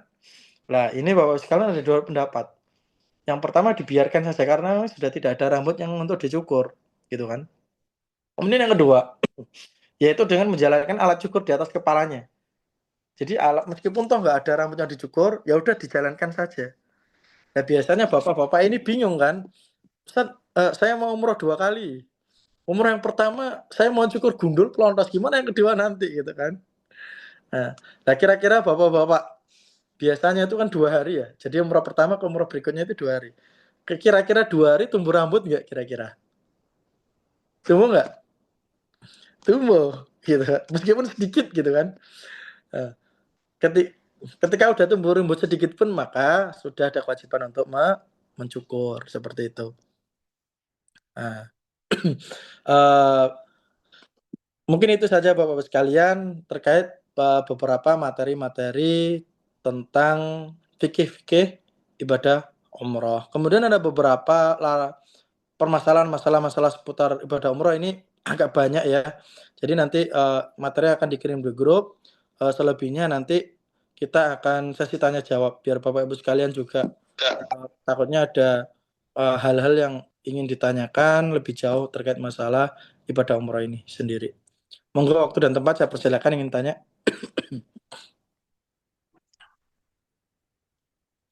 Mungkin kita jawab dulu Ustadz pertanyaan yang ada di Oh, yang kolom di ya. Oke. Tadi sudah pertanyaan mana? Tadi dikatakan fadilah umroh dapat menghapuskan dosa di antara 2 umroh. Bagaimana dengan orang yang pertama kali melaksanakan? Untuk yang pertama kali umroh pertama kali itu wajib bagi dia, maka tidak ada penghapusan. Karena itu belum ada umroh berikutnya. Gitu Pak, untuk Mbak Falconi. Jadi umroh itu akan menjadi penghapusan bagi dia dosa-dosa di antara keduanya apabila sudah ada umroh sebelumnya. Tetapi ada fadilah yang lainnya. Seperti tadi. Jadi umroh itu bisa menghapuskan dosa-dosa. Tetap akan menghapuskan akan menghapuskan dosa-dosa tetapi bukan di antara keduanya itu. Dosa-dosa sebelumnya. Karena tadi di fadilah yang pertama tadi, tabiul haji wal umroh. Ikutilah haji dan umroh itu. Karena di antara keduanya itu yanfian, itu menjauhkan daripada kefakiran dan juga menghapuskan daripada dosa. Tetap mendapatkan itu juga Mas. Tetapi bukan di antara keduanya itu, tetapi penghapusan di antara sebelumnya. Gitu. Untuk umroh yang belum balik boleh memakai kain ihram berjahit.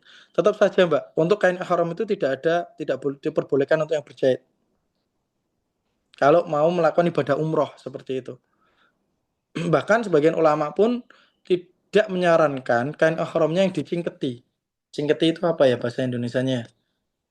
Cingket kan ada ya. Cingket dikasih peniti. Jadi sebagian ulama itu tidak membolehkan atau lebih baik dijauhkan kain ihram yang dipeniti. Soalnya apa? Itu kayak membentukkan kain ihram itu ke badan kita gitu. Jadi lebih baiknya dibiarkan aja, diloskan. Jadi untuk Mbak Wahyuti lebih baiknya jangan yang berjahit, tetap pakaian biasa karena dia kain ihram seperti itu. Mohon maaf tadi kalau ada larangan dikenakan denda dan nanti diingatkan lagi. Iya insya Allah Mbak, untuk yang terkait larangan ihram nanti akan diingatkan kembali kan nanti di Madinah itu H-1 sebelum Bapak Ibu ke Mekah itu nanti akan ada manasik lagi atau pengulangan. Biar Bapak Ibu sekalian ingat materinya, biar Bapak Ibu sekalian juga ingat larangan-larangannya. Gimana untuk badal umroh untuk orang yang sudah meninggal ini? Berikutnya dari Mbak Mariana Fitriani. Untuk badal umroh itu ada syarat-syaratnya Ibu Bapak. Untuk badal umroh ada syarat-syaratnya. Syarat bagi yang mau melaksanakan badal, maka wajib bagi dia sudah umroh. Jadi bagi yang mau melaksanakan badal umroh itu wajib dia sudah umroh terlebih dahulu. Begitu pula dengan haji. Orang yang mau ngebadalin haji wajib bagi dia untuk haji terlebih dahulu. Kemudian syarat yang mau dibadalkan itu hanya dalam 2 kondisi saja.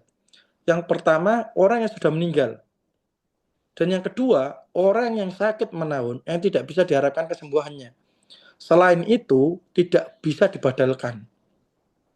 Jadi semisal saya punya paman. Paman saya masih sehat segar bugar, tetapi qadarullah punya kendala finansial sehingga tidak bisa umroh. Kira-kira bisa nggak Bapak Ibu saya badalkan paman saya? Bisa nggak? Tidak bisa. Karena kondisi yang bisa dibadalkan hanya 2 orang saja. Pertama sudah meninggal, yang kedua adalah sakit menaun yang tidak bisa diharapkan kesembuhannya, hanya ini saja. Seperti itu. Dan untuk badal umroh itu tidak harus ahli warisnya. Tidak harus keturunannya dan tidak harus segender. Maksudnya laki-laki harus badan laki-laki, perempuan harus badan perempuan, tidak harus. Jadi semisal Bapak Ibu atau Mas Mbak punya teman sahabat karib qadarullah meninggal dan dia belum melaksanakan ibadah umroh, akhirnya saya pengen ngasih hadiah, pengen ngebadalin umroh untuk sahabat saya ini. Nah ini nggak ada masalah, kan nggak harus satu keturunan, kemudian nggak harus laki-laki sesuai laki-laki, perempuan nggak harus. Jadi bisa kapanpun nggak ada masalah. Gitu untuk terkait masalah badal. Cuma yang diperhatikan tadi, yang pertama dia udah harus umroh terlebih dahulu, dan yang kedua yang dibadalkan itu sudah meninggal atau sakit menaun yang tidak bisa diharapkan kesembuhannya. Seperti itu. Jadi waktu umroh boleh ya Pak boleh ya pakai abaya hitam, gak harus putih. Boleh Mbak Rusdiana, mau pakai hitam, mau pakai abu-abu, mau pakai coklat, gak ada masalah. Yang penting menutup aurat dan juga pakaiannya itu tidak ketat. Tapi biasanya travel itu biar seragam nanti disuruh hitam semua, biar seragam pakai putih semua. Nanti itu masalah teknis gimana dari travel seperti itu. Bagi wanita boleh pakai deker lutut pada saat umroh. Nggak ada masalah, kan itu ketutup di dalam, nggak ada masalah pakai deker lutut. Ustadz, tak saat tawaf dan apakah boleh istri bersama suaminya? Boleh. Mbak Rahmawati Jubaidah, boleh. Laki-laki perempuan bersama suaminya nggak ada masalah. Ustadz, untuk kegiatan tawaf dan saya apakah bisa memakai alas kaki seperti sandal, kapit? Untuk Mas Akang Gumelar, mau tawaf ataupun sa'i itu apakah boleh pakai alas kaki? Jawabannya boleh, dengan syarat bahwasannya alas kaki yang dipakai itu kita yakin bahwasannya suci dari najis. Jadi kalau kita ragu, tinggalkan, karena ini kan suci tempat orang sholat gitu. Biasanya ya Bapak Ibu ya, itu pakai bawa dua sandal. Jadi dari hotel pakai sandal yang dipakai, ketika mau masuk masjid itu pakai sandal satunya yang disimpan. Soalnya apa, yang simpan itu bersih, suci. Jadi ketika pakai di tawaf dan saya nggak ada masalah. Tapi kalau semisal sandalnya kotor, ini tidak boleh dipakai karena nanti mengotori tempat suci, tempat orang sholat. Jadi syaratnya apa tadi? Sandalnya suci dan tidak ada najis. Kemudian berikutnya, kalau ibu saya masih hidup tapi sekarang sudah sakit, apakah diperbolehkan untuk saya badal umroh beliau? Dilihat sakitnya Mas Arif. Kalau sakitnya cuman misal sakitnya itu sakit pusing atau sakit cuma sebentar, maka tidak boleh. Tetapi semisal sakit menaun, sakit orang tua yang udah tua, sepuh, tidak bisa berangkat, maka Mas Arif boleh untuk membadalkan ibunya. Gitu. Jadi dilihat sakitnya dulu. Gitu. Nggak bisa langsung asal semua sakit boleh dibadalkan, tidak. Tapi sakit menaun, sakit orang tua yang udah tua, atau sakit yang tidak bisa diharapkan kesembuhannya, kan ada kayak stroke, nggak bisa apa-apa lama, lumpuh dan sebagainya, ini kan menaun ya lama dan tidak ada pengharapan kesembuhan di dalamnya, ini baru boleh dibadalkan. Bagaimana dengan fadilah tentang penghapusan kefakiran bagi yang pertama umroh? Iya Mbak, itu memang penghapusan kefakiran itu setiap kita melakukan umroh. Jadi setiap bagi orang yang melakukan umroh itu mendapatkan fadilah itu. Gitu. Nah ini Mas Ali Munawar ini tadi sudah saya sampaikan, Pak Ustadz, boleh tidak untuk laki-laki memakai celana khusus ihram tidak berjahit? Jawabannya tidak boleh, karena celana khusus ihram itu bukan ya memang dia tidak berjahit, tetapi membentuk badan. Nah ini yang tidak diperbolehkan itu bukan hanya yang tidak berjahit saja, tetapi yang membentuk badan ini juga tidak diperbolehkan. Maka lebih baiknya untuk Pak Ali tidak dipakai, cukup dua helai kain itu saja. Waktu tawaf, apakah dianjurkan pakai sepatu tawaf baik laki-laki maupun perempuan? Untuk laki-laki kalau mau pakai alas kaki tidak ada masalah, syaratnya tadi gitu Mas Rusdiana. Kalau perempuan nggak ada masalah, syaratnya tadi itu suci dan tidak ada najis. Pak Ustadz mau tanya, untuk tahalul sebaiknya kita cukur beberapa helai rambut atau kita cukur botak ke tukang cukur apa? Untuk Mas Jamaluddin lebih baiknya kalau mau cukur gundul langsung ke barbershop, langsung cukur gundul. Jangan Kalau mau memang niatnya mau cukur gundul, biasanya sebagian orang untuk syarat dulu. Nah, kalau untuk syarat dulu dipotong sebagian, nanti kita masuknya memendekkan rambutnya. Soalnya kalau kita mencukur gundul, kemudian beberapa waktu setelah kita cukur, maka itu hitungnya memendekkan, nggak menggunduli. Tapi kalau niatnya mau menggunduli, maka saat itu setelah beres sa'i, itu balik dari masjid itu ke barbershop untuk mencukur gundul. Seperti itu. Bolehkah makmum sholat Masjidil Haram di dalam kamar hotel? Nggak boleh, Mas Samsung. Untuk perempuan waktu di raudhah sholat apa, Tat? Untuk di raudhah nggak ada sholat khusus. Baik laki-laki perempuan. Jadi nggak di raudhah itu, Mas Uci, nggak ada ibadah khusus yang dijelaskan atau disyariatkan. Jadi mau doa, mau sholat, boleh. Semisal ketika masuknya pas waktu malam, bisa sholat tahiyatul masjid, kemudian disambung dengan sholat qiyamul lail. Misal sholatnya waktu duha, bisa di situ sholat duha, bisa sholat taubat, sholat hajat, bisa sholat apapun itu, karena memang tidak ada anjuran khusus untuk sholat semisal nggak ada. Jadi bisa sholat apapun, bisa doa apapun, seperti itu. Pak Ustadz izin bertanya, apabila sudah mikot kita masih bermake up dan parfum. Ini saya sebagai sebagai masukan saja, ketika mau umroh lebih baiknya hindari make upan, Mbak. Gak usah make upan, biasa saja. Kalau parfum itu kan di badan, andai kata setelah itu menempel di pakaian nggak ada masalah. Karena zat kita itu memberikan parfum di badan, bukan di pakaian. Jadi semisal bekasnya ke pakaian, maka tidak ada masalah. Untuk warna mukena apakah harus putih tok atau berwarna? Bu Tuti Heriati, sebenarnya kita sholat itu nggak harus pakai mukena.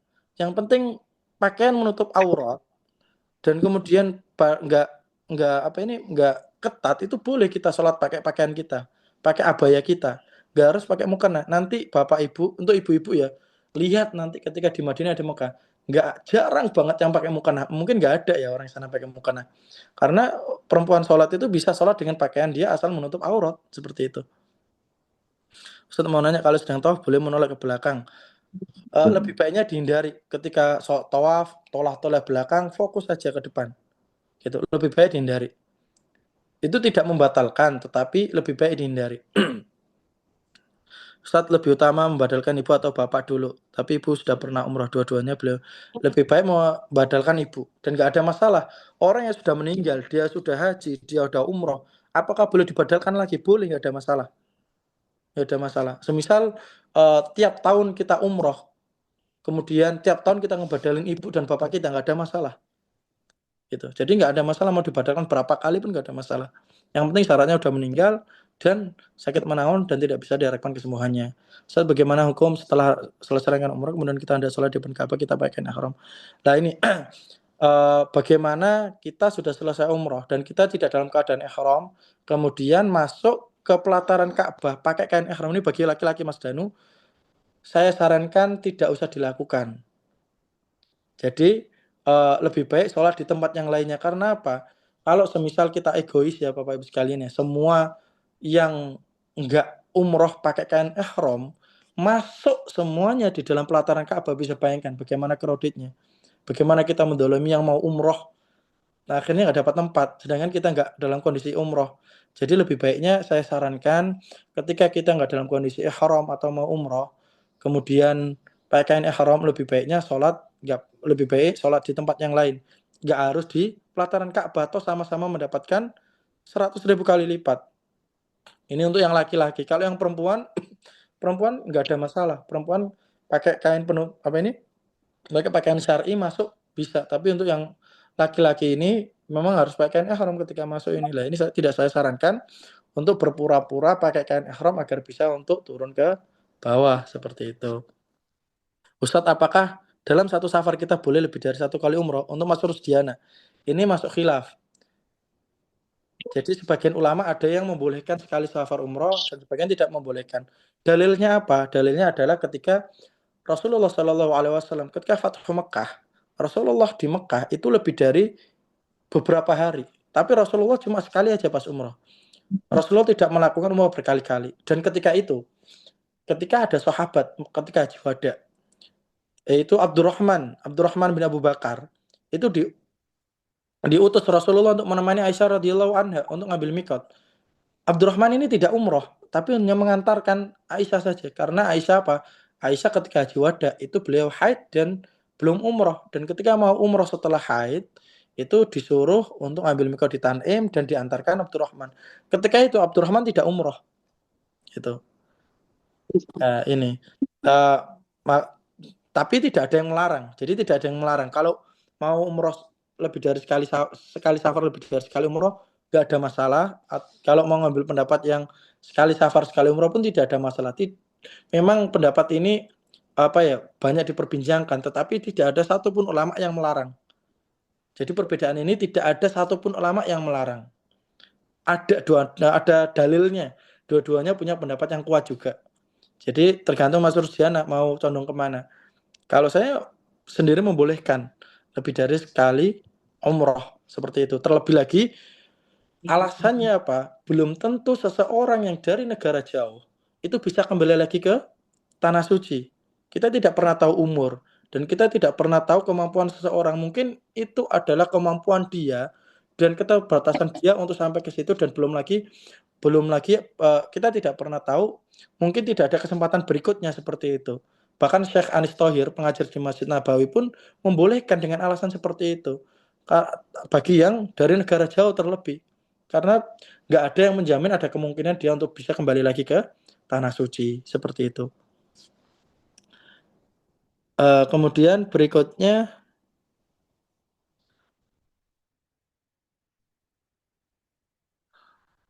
Ustadz untuk laki-laki boleh pakai sabuk ihram? Boleh, itu bukan pakaian. Jadi boleh dipakai jam tangan, kacamata boleh. Untuk badal umroh terkait mikot ada terkait mikot dan rukunnya sama. Tata cara badal umroh dan juga umroh biasa sama.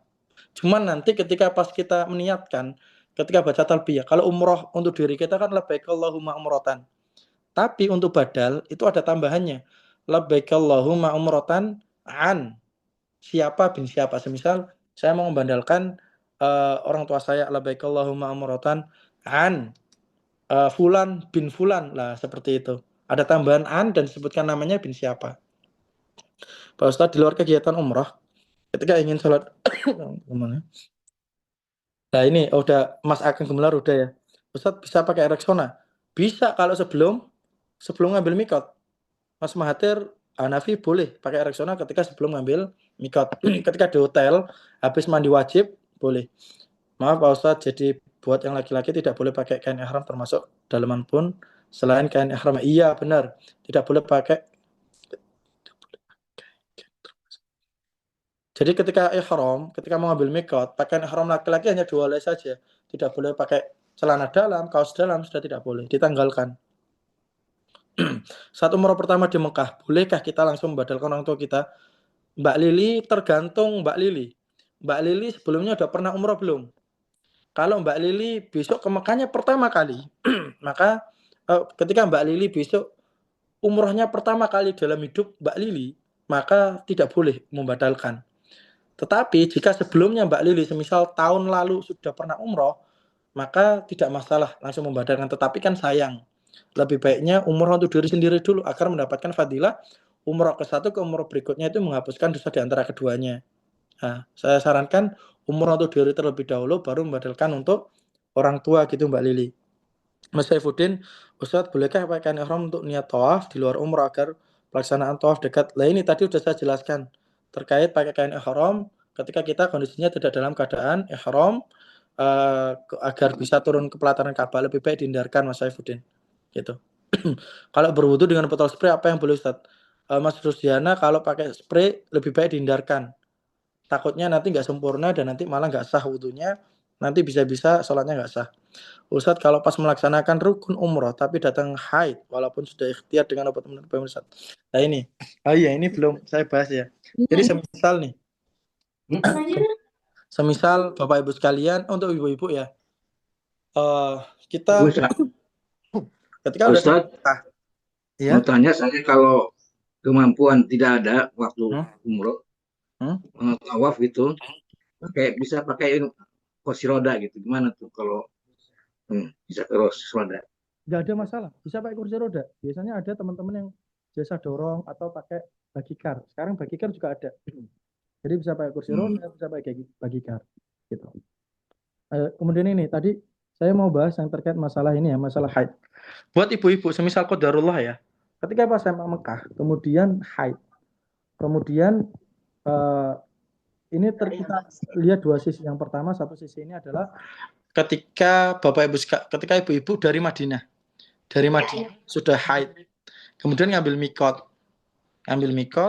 kan ini kondisinya sudah haid ya, berarti bukan halangan di tengah-tengah kan. Kemudian sampai Mekah, Bapak Ibu, untuk ibu-ibu masih belum bisa melakukan tawaf. Tawafnya kapan boleh? Sampai ibu-ibu selesai haidnya. Gitu. Karena apa? Syarat untuk tawaf itu harus dalam keadaan suci, itu yang pertama. Dan yang kedua, apabila sampai hari terakhir masih haid, maka ibu-ibu yang kondisi haid ini boleh melakukan tawaf. Tapi syaratnya itu satu, di hari terakhir ketika mau meninggalkan kota Mekah, dan yang kedua mandi wajib dulu sebelum tawaf, dan yang ketiga bagaimana caranya itu dijaga agar tidak menetes di masjid, entah dipakai pampers atau pakai apa, pokoknya dijaga jangan sampai ada yang menetes. Dan yang ketiga wudhu, baru melakukan tawaf. Dan ketika tawaf itu tidak boleh sholat sunnah karena kondisinya masih haid. Jadi selesai tawaf langsung sa'i, kemudian tahallul udah beres. Syaratnya apa? Di hari terakhir tidak boleh semisal yang haid ini masih ada 3 hari, ya udah besoknya aja deh, tengah-tengah langsung tawaf, ini tidak boleh. Itu. Ini karena ada darurat saja, maka dibolehkan untuk melakukan tawaf tapi dengan cara di hari terakhir. Karena apa? Alasannya tadi karena kita tidak tahu gitu, apalagi terlebih lagi yang dari jauh bisa kembali lagi ke tanah suci. Dan itu tidak ada jaminan, maka diperbolehkan untuk melakukan itu ketika di hari terakhir. Dan kenapa di hari terakhir? Karena siapa tahu di hari-hari sebelum terakhir itu bisa berhenti. Ikhtiarnya seperti itu. Tetapi kok pas ketika di hari terakhir masih belum berhenti, maka dibolehkan dengan tata cara seperti tadi. Dan semisal qadarullah dari Madinah ini belum haid, kemudian ngambil mikot, labbaik Allahumma marratan, baca Allahumma mahili haitsu bastani, tiba-tiba sampai Mekah ini haid. Ini kan halangan ya. Apakah boleh cukur? Boleh, tapi kan sayang ya. Kalau nggak melakukan tawaf, melakukan sa'i seperti itu. Gitu. Boleh. Ustadz, kalau bayi laki-laki 1 tahun apakah boleh pakai pakaian umum juga? 2, apakah boleh saat saya gendong takut menggarang? Oh, dengan stroller tidak. Oh ya Mbak, boleh pakaian umroh, kemudian yang kedua boleh digendong, dan yang ketiga untuk stroller itu memang nggak bisa untuk di pelataran Ka'bah, jadi mau nggak mau di lantai 2. Tidak mengurangi apa ini, sama sekali tidak mengurangi pahala tawaf sama sekali. Rasulullah dulu malah pernah tawaf sambil naik unta gitu, jadi nggak ada masalah mau di lantai 2, lantai 1 nggak ada masalah, yang penting tata caranya masih sama seperti itu. Ustadz nanya, misal nih kalau kita umroh dengan balita dan di tengah ibadah umroh balita ini, mohon maaf buang air, tergantung balitanya umur berapa gitu. Kan ada bayi yang masih belum makan dan sebagainya, yang mana air kencingnya itu nggak najis, tapi kalau udah makan dan sebagainya, makan najis wajib dibersihkan gitu, seperti itu. Nah kalau 4 tahun berarti kan udah makan nasi dan itu bisa air kencingnya udah najis dan lain sebagainya, maka ya tetap harus ganti, apalagi kalau kena pakaian kita kan juga najis gitu, seperti itu. Ada lagi pertanyaan Pak Ibu?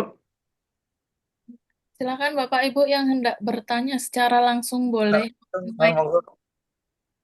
Pak Ustadz, kain ihram bawa berapa? Nah ini masalah teknis, tergantung masing-masing.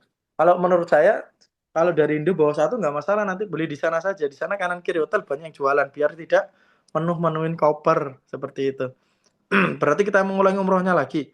Tidak mengulangi, berarti yang batal, yang pakaian kita najis itu diganti, kita melanjutkan aja yang ini putarannya. Ya kalau bisa segera Mbak Mariana, kalau bisa segera, semisal habis tawaf langsung sa'i, langsung tahallul seperti itu. Dan semisal kita sampai Mekah nggak langsung umroh pun nggak ada masalah, semisal nunggu besok. Tapi ya konsekuensinya harus jaga larangan-larangan ihramnya. Kan lama juga jaga larangan-larangan ihramnya gitu.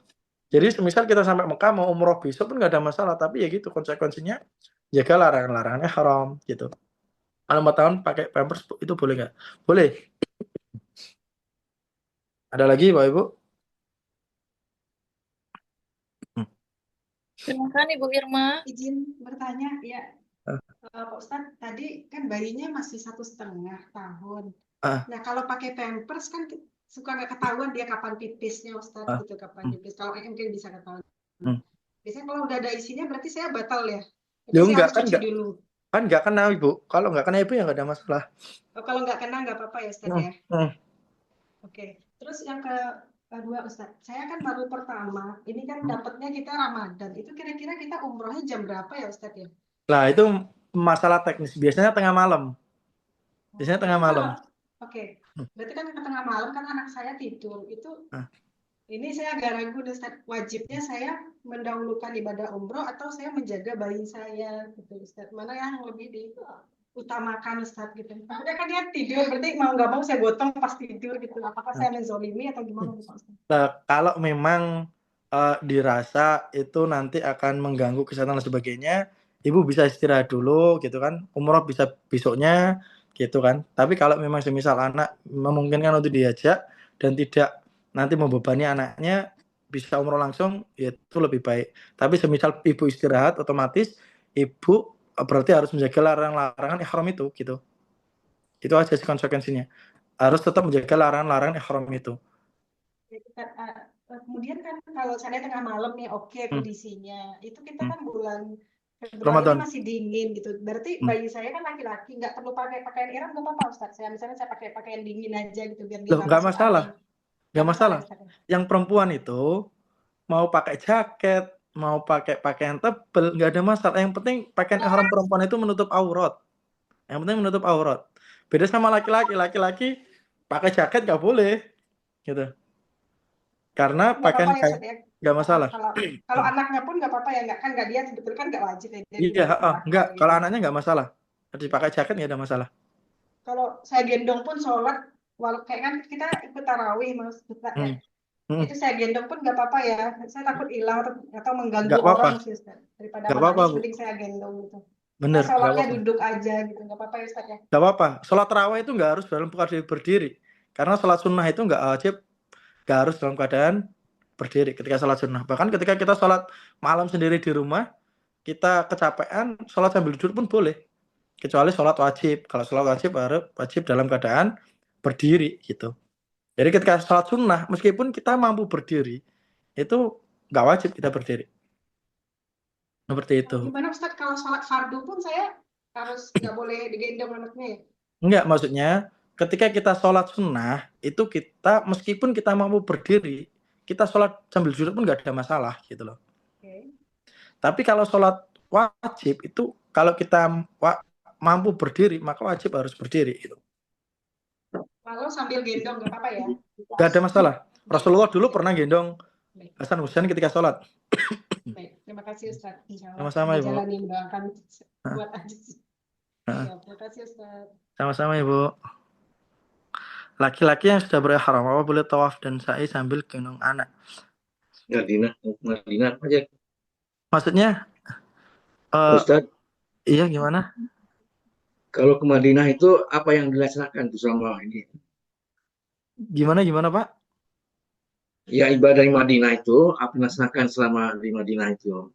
Apakah untuk di Madinah itu tidak ada ibadah khusus. Ya kita sholat di masjid sebagaimana sholat mestinya. Tetapi saya anjurkan untuk memperbanyak ibadah di masjidnya.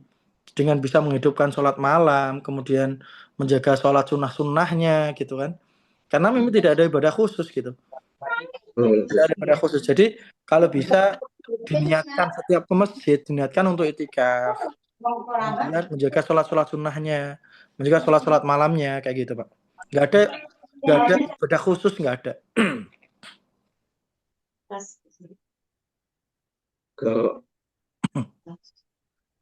Kalau jarak ke ini makam Rasulullah di mana tuh? Nanti biasanya ke Raudhah sekalian ziarah, Pak. Oh, jarak. Sama mutawifnya biasanya nanti ada jadwalnya, Pak, biasanya, Pak. Aman Ya, insya Allah. Ya, makasih. Sama-sama, Pak. Insya Allah nanti juga materi ini juga akan disampaikan lagi oleh mutawif ketika pas manasik ke Madinah. Iya, makasih. Nanti bisa ditanyakan, semisal nanti Bapak Ibu ada yang bingung, ada yang apa, jika yang ditanyakan, monggo bisa. Nanti bisa sharing-sharing. Assalamualaikum, Ustaz. Waalaikumsalam warahmatullahi wabarakatuh. Kita nanti berangkatnya Madinah dulu atau Mekah dulu saja? Maaf. Lah itu kurang tahu Pak saya, Pak. Terkait jadwalnya biasanya itu nanti tim kantor yang ini ya, Pak ya. Ya, izin menjawab Ustaz. Nanti ada ya, Ustaz. Ya, baik Bapak Ibu hendak menginformasikan. Saya informasikan mengenai itinerari perjalanannya ya Bapak Ibu. Dikarenakan untuk manasik offline ini kita gabung dari keberangkatan bulan Februari sampai dengan bulan Desember. Jadi untuk itinerarinya masing-masing Bapak Ibu bisa berbeda-beda. Ada yang dari Makkah dulu, ada yang ke Madinah dulu. Jadi nanti untuk informasi itinerari perjalanannya mohon ditunggu di grup masing-masing. Seperti itu ya Bapak Ibu. Iya. Baik, terima kasih. Insya Allah cukup ya Bapak Ibu ya. Insya Allah nanti bisa ditanyakan di luar ini insya Allah. Ustaz, apakah nanti waktu umroh pakai transmitter? Iya, insya Allah pakai transmitter. Biar nggak teriak-teriak nanti. Mungkin ini saja Bapak Ibu sekalian. Cukup Mbak Feby kayaknya. Baik Ustaz. Mungkin ini saja yang bisa saya sampaikan Bapak Ibu sekalian. Sebelum kita tutup majelis ini dengan bacaan kafaratul majelis. Subhanakallahumma bihamdika asyhadu an la ilaha illa anta astaghfiruka wa atubu ilaik. Assalamualaikum warahmatullahi wabarakatuh. Waalaikumsalam warahmatullahi wabarakatuh. Izin pamit ya Bapak Ibu. Terima kasih Ustaz atas waktunya sudah. Makasih Pak Ustadz. Pada sore hari ini ya. Masya Allah, semoga ilmu yang disampaikan oleh Ustadz bisa membantu Bapak Ibu semuanya untuk nantinya dipermudah dan dilancarkan dalam pelaksanaan ibadah umroh ya Bapak Ibu. Amin. Tidak terasa kita telah sampai di penghujung acara untuk manasik umroh Zoom pada hari ini. Sebelum kita akhiri, marilah kita tutup dengan membaca hamdalah bersama-sama Bapak Ibu. Alhamdulillah. Alhamdulillahirabbil alamin. Semoga Bapak Ibu selalu diberikan kesehatan. Kemudian nantinya umrohnya dimudahkan dan dilancarkan semuanya. Jangan lupa Bapak Ibu olahraga ya untuk persiapan untuk ibadah umroh, karena ibadah umroh itu menggunakan fisik ya, banyak menggunakan fisik. Jadi Bapak Ibu harus mempersiapkannya sebelum keberangkatan. Baik, akhir kata saya mewakili AM Tour Travel mengucapkan terima kasih atas kehadiran Bapak Ibu pada sore hari ini. Mohon maaf apabila selama memandu acara terdapat kekurangan. Dari saya akhiri. Wabillahi taufiq wal hidayah. Wassalamualaikum warahmatullahi wabarakatuh. Waalaikumsalam warahmatullahi wabarakatuh. Terima kasih Bapak Ibu semuanya. Nanti materi dan rekamannya akan sama-sama. Baik, Mbak. Agar bisa untuk dipelajari kembali. Terima kasih. Ya, mohon dikirim, Mbak. Nah, siap Bapak. Ya. Assalamualaikum. Sehat selalu Bapak Ibu. Waalaikumsalam.